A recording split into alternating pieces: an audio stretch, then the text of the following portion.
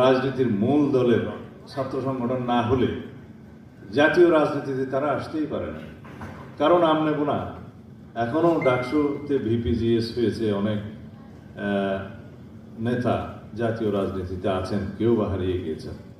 তাদের মধ্যে যারা বৃহৎ রাজনৈতিক সংগঠনের অন্তর্ভুক্ত ছিল তাদের কেউ কেউ জাতীয় সংসদে এসছে, বাকিরা এখনো পর্যন্ত লড়াই করছে, সংগ্রাম করছে আসার জন্য। আমি কারণ নাম নিয়ে বলাটা ঠিক হবে না, আমি তাদের উজ্জ্বল ভবিষ্যৎ কামনা করি, কিন্তু এখনো পর্যন্ত কামিয়াব হয় নাই।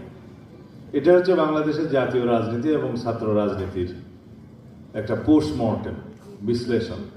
তবে এটা আমি উৎসাহিত করি যে বাংলাদেশের ছাত্র রাজনীতির এবং বাংলাদেশের স্বাধীনতার ইতিহাস থেকে শুরু করে, স্বাধীনতার পূর্ববর্তী ইতিহাস থেকে শুরু করে এখন পর্যন্ত বাংলাদেশের রাজনৈতিক পরিবর্তন যা কিছুই হয়েছে, সামাজিক পরিবর্তন হয়েছে, ছাত্র সংসদগুলোর নির্বাচনের মধ্য দিয়ে সেটা হয়েছে, অথবা ছাত্র রাজনীতির মধ্য দিয়ে সেটা হয়েছে। সেই রাজনীতির সূতিকাগার এবং ছাত্র আন্দোলনের সূতিকাগার, রাষ্ট্রীয় পরিবর্তনের সূতিকাগার, সেই বিশ্ববিদ্যালয়গুলোর ছাত্র রাজনৈতিক চর্চা থাকতেই হবে। যারা ছাত্র রাজনীতির বিপক্ষে বলেন বা ছাত্র রাজনীতি বন্ধের কথা বলেন, আমি তাদের বিরুদ্ধে। কারণ রাজনীতির চর্চা, শিক্ষাঙ্গন, পাঠশালা হচ্ছে বিশ্ববিদ্যালয়, সেখান থেকে জাতীয় রাজনীতির নেতৃত্ব উঠে আসে ক্রমবিকাশের মধ্য দিয়ে।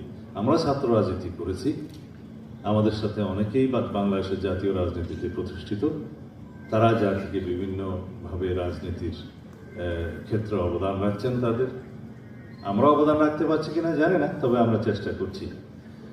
তবে রাজনীতির শিক্ষা শুরু হতে হবে ছাত্র রাজনীতি দিয়ে। তবে এমন ছাত্র রাজনীতি চাই না যে ছাত্র রাজনীতি ফেসিবাদী গোষ্ঠী অতীতে নজির স্থাপন করে গিয়েছে।